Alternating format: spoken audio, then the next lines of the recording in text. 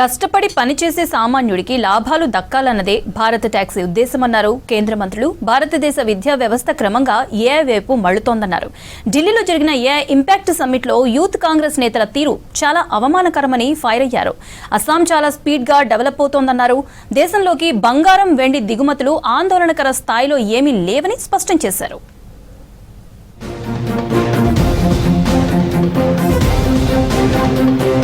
కష్టపడి పనిచేసే సామాన్యుడికి లాభాలు దక్కాలన్నదే భారత్ ట్యాక్సీ ఉద్దేశమన్నారు కేంద్ర హోంశాఖ మంత్రి అమిత్ షా. ఢిల్లీలో భారత్ ట్యాక్సీ డ్రైవర్లతో భేటీ అయిన అమిత్ షా కేంద్ర ప్రభుత్వం తీసుకుంటున్న చర్యలను వివరించారు. భారత్ ట్యాక్సీ రాకతో డ్రైవర్ల దోపిడీకి అడ్డుకట్ట పడుతోందన్నారు అమిత్ షా. वो जो कंपनियां हैं वो कंपनियां चलाने का उद्देश्य मालिक को धनी बनाना है. मेरी बात सच है या नहीं है? हमारा भी उद्देश्य मालिक को धनी बनाना है.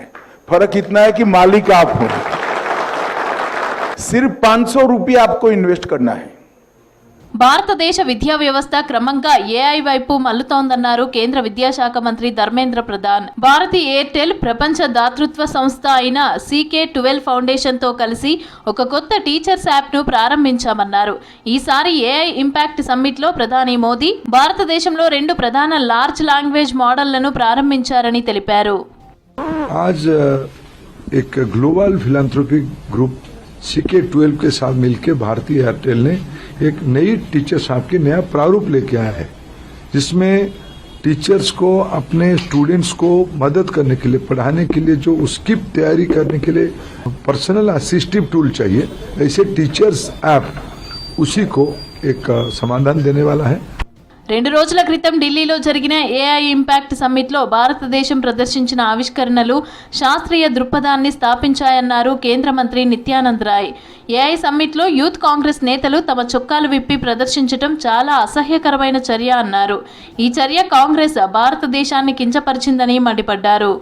दुनिया के मेहमान भारत के एआई समिट में आए थे और भारत के एआई को जहां सराह रहे थे, वहां कांग्रेस ने अपने कुसंस्कारों का प्रयोग करते हुए खुले यानी नंगे बदन से शर्ट खोलकर जो प्रदर्शन किया है वह बहुत ही घिनौना कार्य है. అస్సాం చాలా వేగంగా అభివృద్ధి చెందుతోందన్నారు కేంద్ర మంత్రి శివరాజ్ సింగ్ చౌహాన్. ప్రధాని మోదీ నాయకత్వంలో అస్సాం పురోగతి, సంక్షేమంలో దూసుకెళ్తోందన్నారు. రాష్ట్రానికి 1800 కోట్లకు పైగా విలువైన 728 రోడ్లు, 62 బ్రిడ్జిల నిర్మాణానికి నిధులు మంజూరు చేస్తామన్నారు. भारत सरकार आसाम की प्रगति, विकास और जन कल्याण के लिए हर संभव कदम उठा रही है.